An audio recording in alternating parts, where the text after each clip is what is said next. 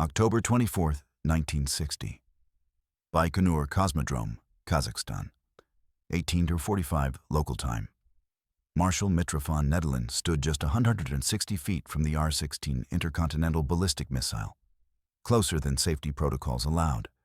The 34-meter rocket, fueled with toxic hypergolic propellants, gleamed under floodlights on Launch Pad 41.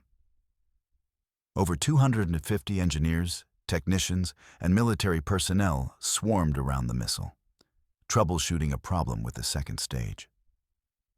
The launch was already hours behind schedule. Nedelin, commander of the Soviet Strategic Rocket Forces, had flown in personally to oversee the test. He'd brought a chair to the pad, a gesture of supreme confidence that doubled as intimidation for his subordinates. "The Marshal sits, so we all sit," became the dark joke whispered among the technicians who knew better. In the bunker control room 500 meters away, a young engineer named Boris Chertok watched the pad through binoculars, his stomach tight with dread. The troubleshooting procedures violated every safety regulation. The missile was fully fueled, electrical systems were live, and the second stage igniter, the one they were trying to repair, was armed. At 18:45, someone made a fatal error. A blocked valve, a crossed command, an electrical surge. The exact cause would be debated for decades, but the result was instantaneous. The second stage engine ignited while the missile was still on the pad. A tongue of flame shot downward, directly into the first stage's fuel tanks. What happened next would become the deadliest disaster in space exploration history, a catastrophe the Soviet Union would deny for 30 years, erasing victims from official records, threatening survivors into silence, and burying the truth so deep that the families of the dead were told their loved ones died in a plane crash. The Nedelin catastrophe wasn't just a technological failure. It was a perfect storm of political pressure, military arrogance, and the brutal reality that in the superpower rivalry, secrecy often mattered more than human life. In the summer of 1960, the Soviet Union believed it was winning the Cold War's most critical competition, the missile race. While the Americans had ICBMs, Soviet chief designer Sergei Korolev had created something better, or so Moscow claimed. The R-16 missile promised to be a game changer. A storable liquid fuel ICBM that could be kept launch-ready for months, unlike the earlier R-7 that required hours of fueling before launch. This was the edge that would make American cities perpetually vulnerable to Soviet nuclear retaliation. Premier Nikita Khrushchev had staked his reputation on missile superiority. "We are turning out missiles like sausages," he'd boasted to Western journalists. The R-16 was the latest link in that chain. It would be ready in time for the November 7th Revolution Day parade, a non-negotiable deadline set by the Kremlin. The political calendar, not engineering reality, drove the schedule. Marshal Nedelin embodied this fusion of military power and political ambition. A hero of the Soviet Union, decorated in World War II, he'd risen to command the Strategic Rocket Forces, the newest and most prestigious branch of the Soviet military. At 54, he was a product of Stalin's system, ruthless, demanding, contemptuous of safety concerns that slowed progress. His subordinates called him the Marshal of Salvos, because he cared only about results. "If the designers say it's ready, Nedelin had told his staff. "We launch on schedule."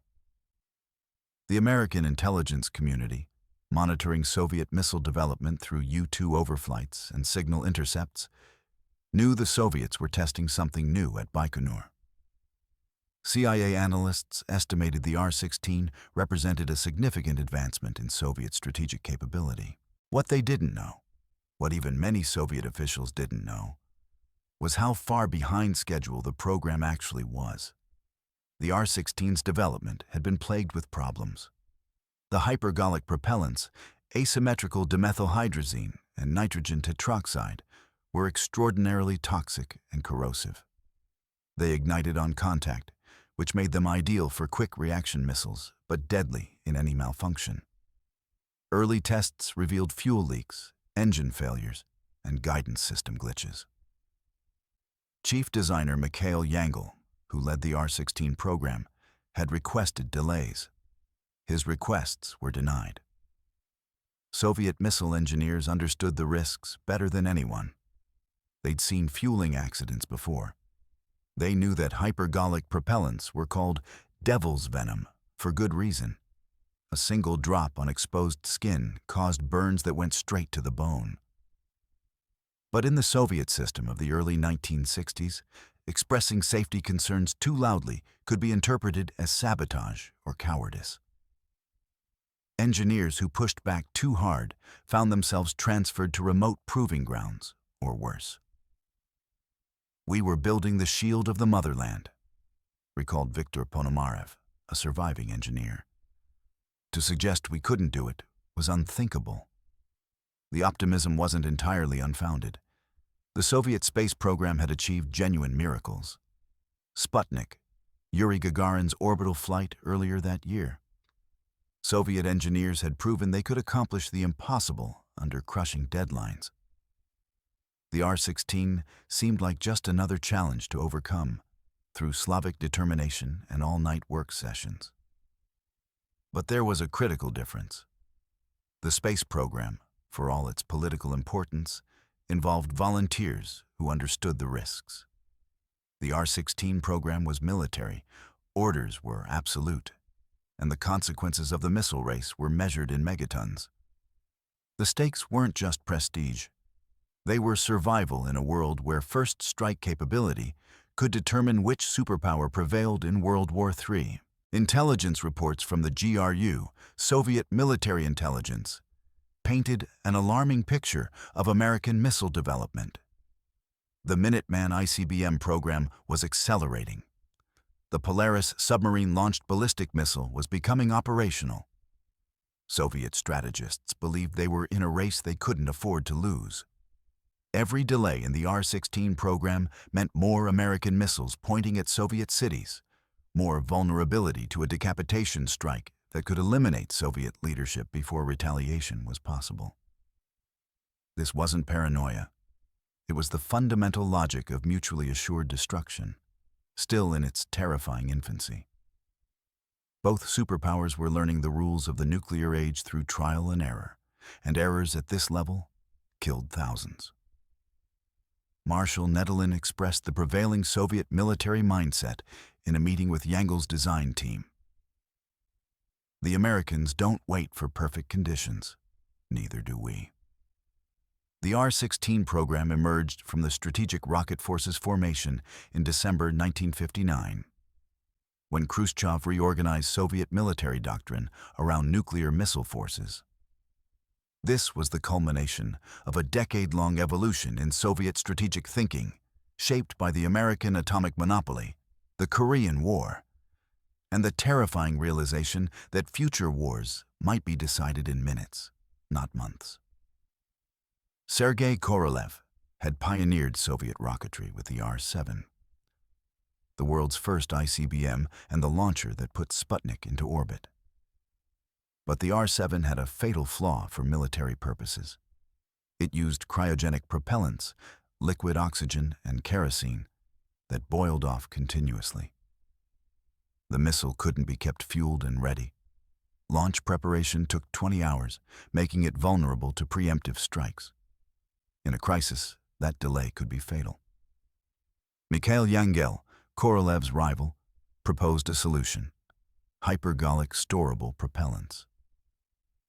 These volatile liquids, asymmetrical dimethylhydrazine, UDMH, and nitrogen tetroxide, AK-27, could be stored in the missile for months. They ignited on contact, requiring no ignition system.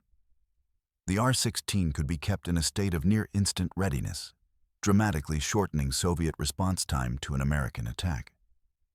Khrushchev approved the R-16 program in 1958, seeing it as the answer to America's growing bomber and missile fleets.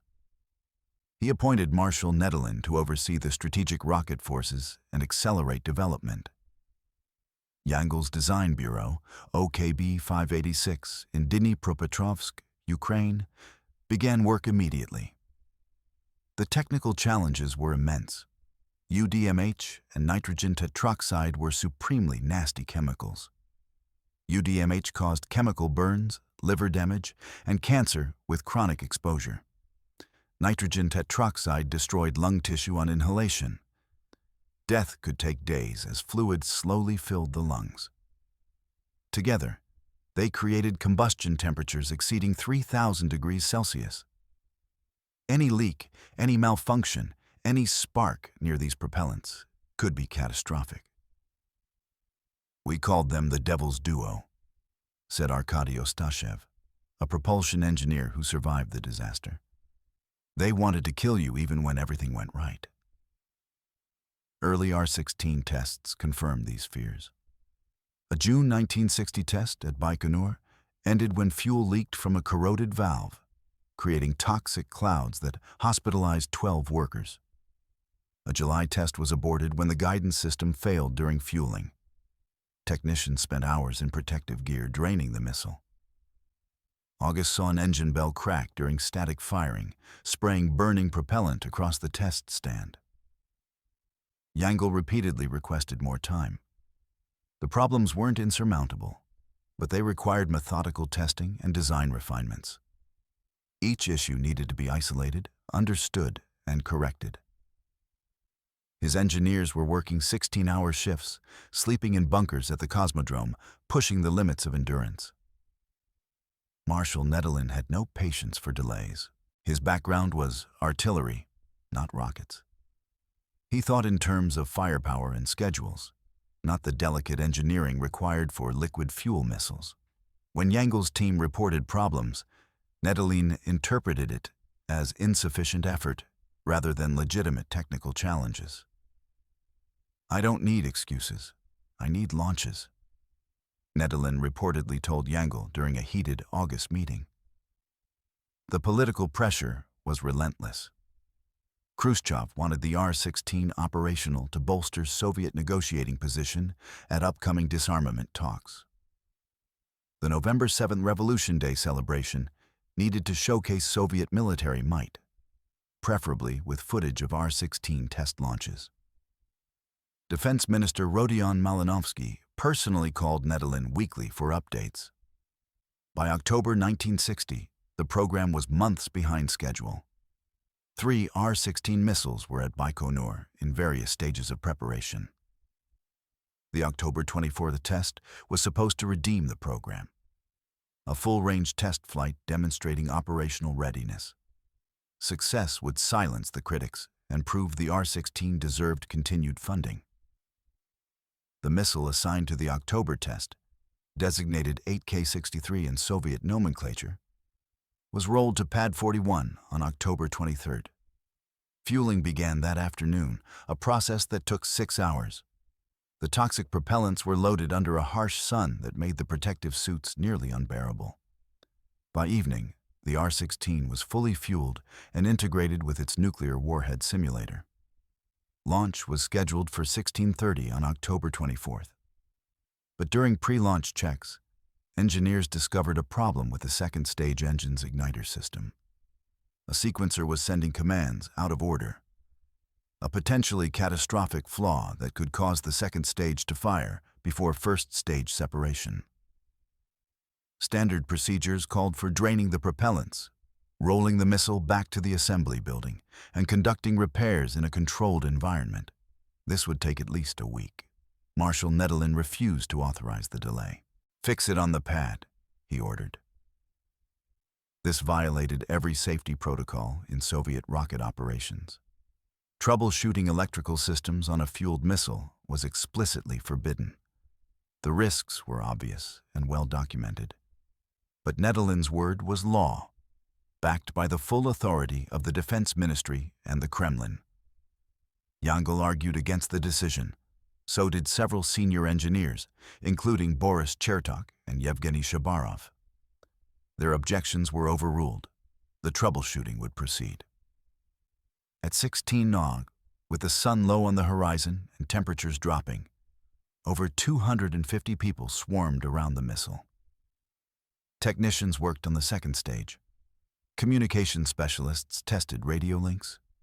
Military photographers documented the work. Officers stood in clusters, smoking and watching.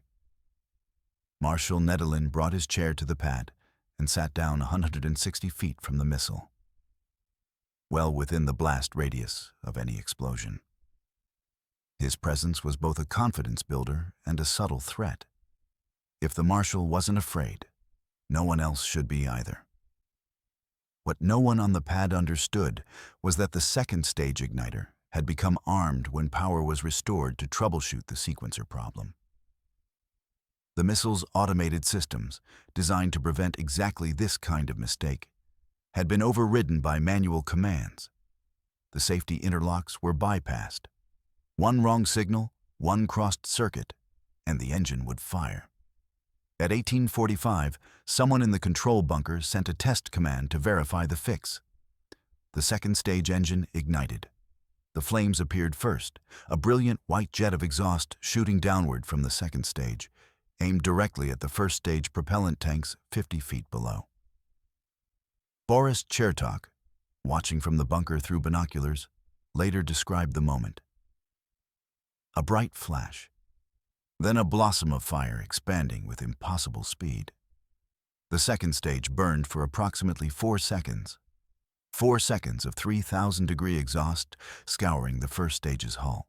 The R-16's fuel tanks, loaded with 70 tons of hypergolic propellants, ruptured. What followed wasn't a conventional explosion. Hypergolic propellants don't explode, they burn. When the first stage tanks breached, UDMH and nitrogen tetroxide mixed in open air. The reaction was instantaneous and total. A fireball that expanded outward at supersonic speed, engulfing everything within 100 meters in a fraction of a second. The temperature at the center of the fireball exceeded 3,500 degrees Celsius, hot enough to vaporize steel, incinerate concrete, and reduce human bodies to ash in seconds. The blast wave knocked down lighting towers and shattered windows in buildings 800 meters away. The launch pad's concrete surface cracked and buckled. The R-16 itself collapsed sideways, rupturing its remaining tanks and sending rivers of burning propellant flowing across the pad in every direction. People died in 3 ways, none of them quick or merciful. The closest victims, those within 50 meters, including Marshal Nedelin, were incinerated instantly. The fireball's initial expansion phase was so violent and so hot that bodies were reduced to ash and carbonized fragments. These were the fortunate ones. Death was instantaneous. The second wave of victims, 50 to 150 meters from the missile, died from the blast wave and thermal radiation. The supersonic pressure wave threw people against equipment, snapped bones, ruptured organs.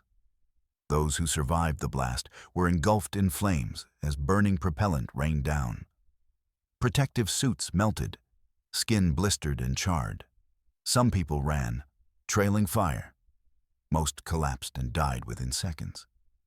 The third category suffered the longest. People caught in the outer rings of the disaster, 150 to 300 meters away, were showered with burning propellant and toxic fumes. They ran toward the perimeter fence, toward the bunkers, toward anything that promised safety.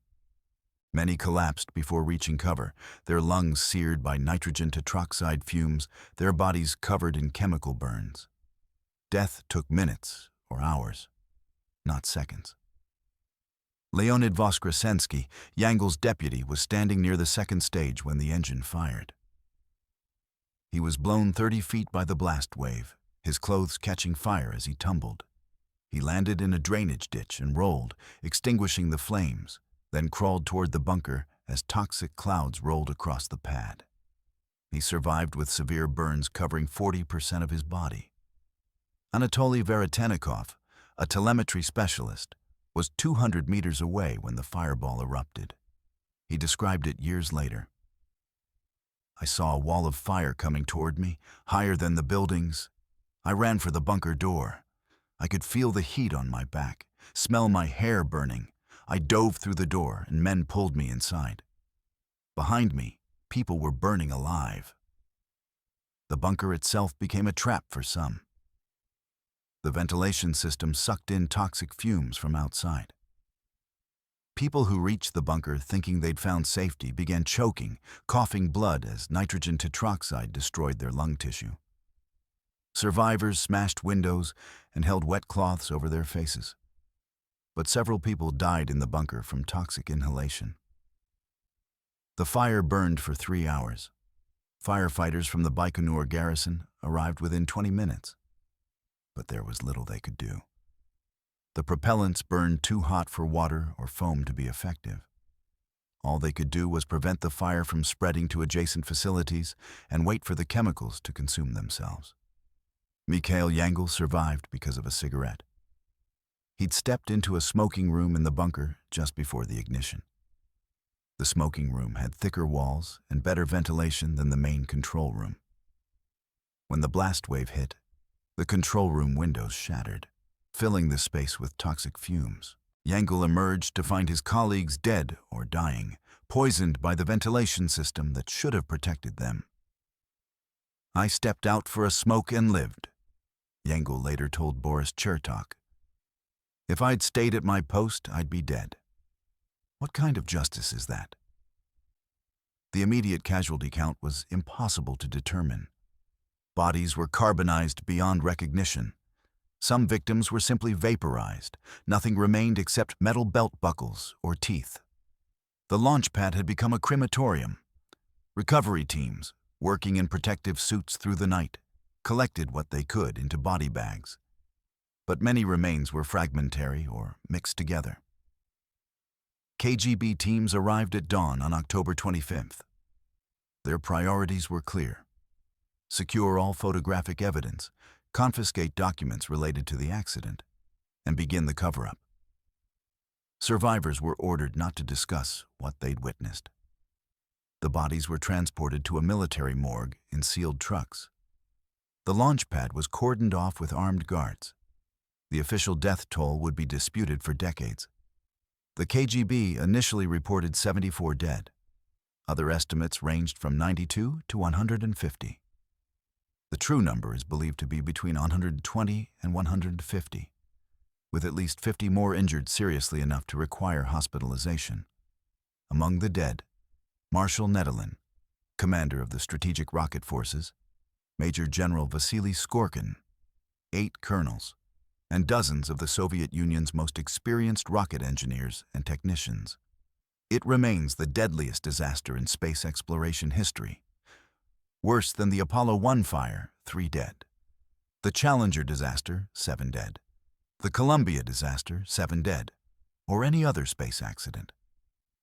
And for 30 years, the Soviet Union pretended it never happened. Within hours of the disaster, the Soviet system moved to erase it from history. The mechanism was efficient, ruthless, and had been perfected through decades of suppressing inconvenient truths. KGB Colonel Alexander Coverup arrived at Baikonur on October 25th, with orders directly from the Central Committee. All evidence of the accident was to be secured. All witnesses were to be debriefed and sworn to secrecy. The disaster would not be mentioned in any official document. Families of the dead would be told their loved ones died in a plane crash, a convenient fiction that required no explanation and invited no questions. The cover-up operated on multiple levels simultaneously. At Baikonur itself, the burned launch pad was cleaned within days. Damaged equipment was dismantled and buried in remote areas of the proving ground. Photographs and film were confiscated and destroyed, except for a few frames retained in KGB archives. The accident report, compiled by a special commission, was classified Cosmic Level Secret, a designation so restricted that fewer than 20 people in the Soviet Union had clearance to read it. Survivors were summoned to individual meetings with KGB officers. The message was clear and consistent. What you witnessed is a state secret. Discussing it with anyone, including family members, constitutes treason. The penalty is 20 years in the camps or execution. Arkady Ostashev, the propulsion engineer, described his debriefing. The colonel was very polite.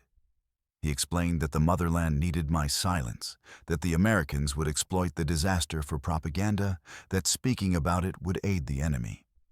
Then he showed me photographs of my wife and daughter. He didn't say anything else.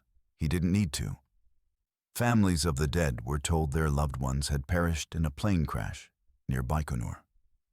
Most were too frightened or grief-stricken to question the story.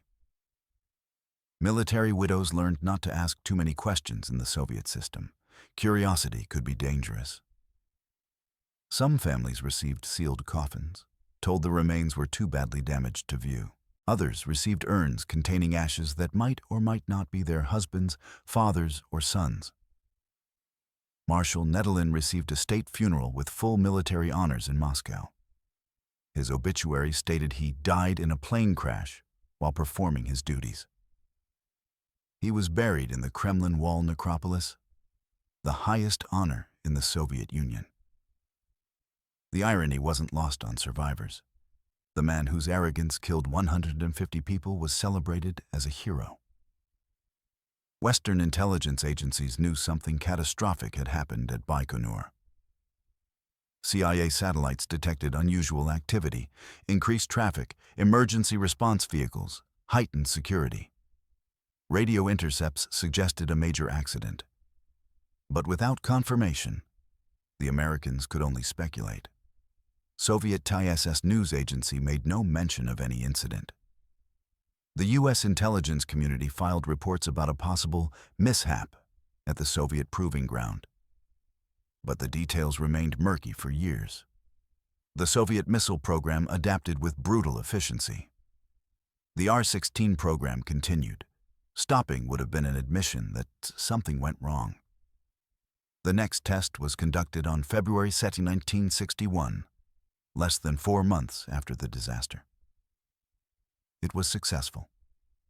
The R-16 entered operational service in 1961 and would become the backbone of Soviet strategic forces, with over 2,000 missiles deployed by the early 1970s.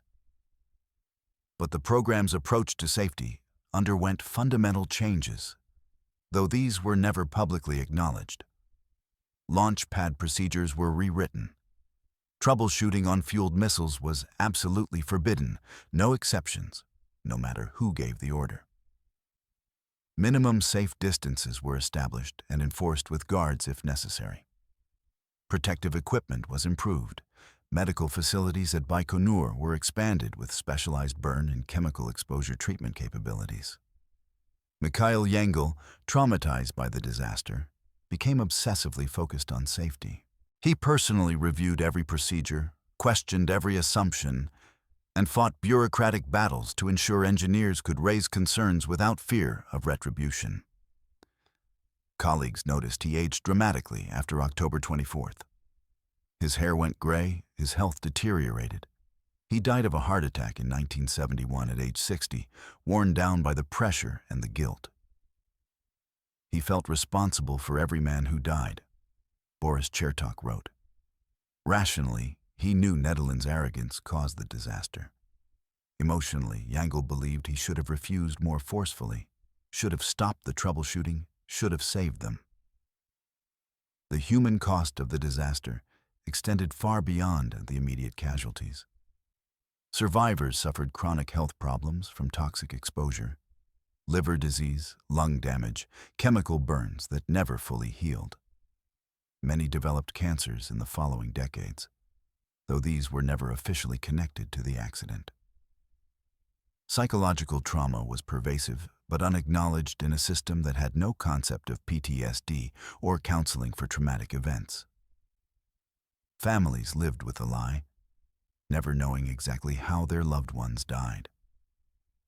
Some eventually learned fragments of truth through whispered conversations or chance encounters with survivors. Most took the secret to their graves, told only that there had been an accident with a special military facility. The disaster influenced Soviet space policy in subtle but significant ways. When the manned space program began launching cosmonauts, safety protocols were somewhat more rigorous than they might have been. The Nedelin catastrophe became a cautionary tale whispered in design bureaus and mission control centers, a reminder of what happened when political pressure overrode engineering judgment. But the fundamental problem remained. The Soviet system prioritized secrecy and schedule over safety. Engineers still worked under crushing political deadlines. Disasters still happened, though never again on the scale of October 24, 1960. The Soyuz 1 crash that killed Vladimir Komarov in 1967, the Soyuz 11 depressurization that killed 3 cosmonauts in 1971. These tragedies had echoes of Nedelin's disaster in their origins. Pressure to launch despite known problems. The United States, meanwhile, learned nothing from the disaster because they didn't know about it. American missile programs developed their own safety protocols through their own accidents. The Titan II explosion in Damascus, Arkansas in 1980. Multiple Minuteman missile failures. The Challenger disaster. Each nation paid for its lessons in blood, unable to learn from the other's mistakes. The truth began emerging in fragments during the Glasnost era under Mikhail Gorbachev. In 1989, journalist Yaroslav Golovanov published the first Soviet account acknowledging the disaster, though with limited details. The article appeared in Izvestia, one of the Soviet Union's official newspapers, a signal that the government was finally permitting discussion. October 24, 1960. An explosion at the Baikonur Cosmodrome killed dozens of missile specialists and military personnel, including Marshal Mitrofan Nedelin, Golovanov wrote. The article was cautious, avoiding specific casualty numbers or explicit criticism of the system that caused the disaster. But it broke 30 years of official silence. Survivors, now elderly, began speaking publicly for the first time. Boris Chertok published his memoirs, including detailed accounts of the disaster. Arkady Ostashev gave interviews describing the fireball and the aftermath. Family members learned for the first time how their relatives actually died, not in a plane crash, but in an inferno on a launch pad. The full extent of the cover-up was revealed through declassified documents and survivor testimony throughout the 1990s. The accident report, commissioned in November 1960 and buried for 3 decades, was finally released. It detailed the cascade of failures. Political pressure, ignored safety protocols, overridden interlocks, insufficient training. The report concluded that Marshal Nedelin's decision to troubleshoot a fueled missile directly caused the disaster. The official death toll was finally established at 1 in 26, though some researchers believe it was higher. A memorial was erected at Baikonur in 1990, a simple monument with the names of the known victims. It was the first public acknowledgement that something terrible happened there on October 24, 1960. For the families who'd lived with the lie for 3 decades, the revelation was devastating and liberating in equal measure. Svetlana Nedelin, the marshal's widow, learned her husband hadn't died in a plane crash, but in a fire he essentially caused. She died shortly after, some said from the shock. Other families felt relief finally knowing the truth, even if it came decades too late. The disaster's impact on the Cold War space race was paradoxical. On one hand, the R-16 program continued and succeeded despite the catastrophe. The missile became operational, providing the Soviet Union with the strategic capability it sought. On the other hand, the disaster embedded a culture of fear and secrecy that would haunt Soviet space efforts for decades. Compare it to the Apollo 1 fire in 1967, which killed 3 American astronauts during a ground test. The U.S. response was public, transparent, and comprehensive. Congressional hearings examined every detail. NASA redesigned the Apollo spacecraft, implementing hundreds of safety changes. The program was delayed, but ultimately succeeded because the American system allowed for public acknowledgement of failure and learning from mistakes. The Soviets had no such luxury. Every failure had to be hidden, every disaster denied. Engineers couldn't openly discuss what went wrong or share lessons learned. The Nedelin catastrophe became a ghost story told in whispers, a warning that everyone knew but no one could officially acknowledge. The long-term cost was incalculable. How many subsequent accidents might have been prevented if Soviet engineers could have openly studied what happened on October 24, 1960? How many lives might have been saved if safety could be prioritized over secrecy? These questions have no answers, but they haunt Russian space historians to this day. When the Soviet Union collapsed in 1991, the strategic missile forces, the R-16, helped build inherited Russia. Many of those missiles remained in service into the 21st century, some of the longest-serving ICBMs in history. They were a testament to the engineering brilliance of Yangel and his team. But they were also monuments to the 126 men who died because political pressure overrode engineering judgment. The Nedelin catastrophe stands as a stark reminder of the human cost when secrecy and political ambition override safety and transparency. It wasn't the Cold War's only disaster. Both superpowers paid terrible prices in their rivalry. But it was unique in how thoroughly it was erased from history, as if denying reality could undo the horror of what happened. The disaster revealed fundamental truths about the Soviet system under Khrushchev. The pressure to compete with America, to demonstrate technological superiority, to meet political deadlines. These forces created an environment where safety was expendable and human life secondary to schedule. Engineers knew the dangers, but lacked authority to stop the madness. When Marshal Nedelin sat down in his chair 160 feet from a fueled ICBM, he wasn't demonstrating confidence. He was embodying the arrogance that killed him and 150 others. For 3 decades, the survivors lived with trauma and silence. Families mourned without understanding. The Soviet Union maintained its facade of technological mastery, never acknowledging the price. Only when Glasnost weakened the system's grip did truth begin seeping out. Too late for most victims, too late for their families, but not too late to teach lessons that remain relevant today. Those lessons extend beyond rocketry or Cold War competition. They're about institutional culture, about the dangers of prioritizing image over substance, about what happens when people can't speak truth to power without fear. The Nedelin catastrophe was preventable. Every engineer at Baikonur knew troubleshooting a fueled missile was insane. But in a system where questioning authority was dangerous, no one could stop it. The irony is bitter. The R-16 succeeded. It became everything Soviet strategic planners wanted, a reliable, quick-reaction ICBM that formed the backbone of Soviet nuclear forces for decades. The mission succeeded. The program succeeded. But 126 people died to achieve that success. And for 30 years, the Soviet Union pretended they never existed. Today, the launch pad where the disaster occurred is overgrown with weeds, the concrete still scarred by fire. The memorial stands alone in the harsh Kazakhstan steppe, visited occasionally by aging survivors and historians. The names carved in stone are the only public acknowledgement of what happened there on October 24, 1960.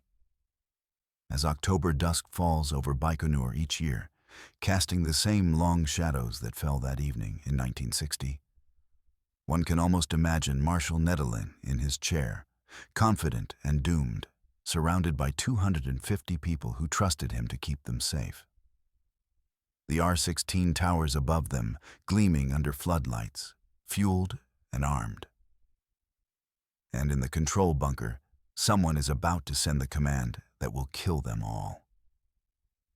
The Nedelin catastrophe stands as testimony that in the Cold War's darkest moments, the real enemy wasn't across the Iron Curtain.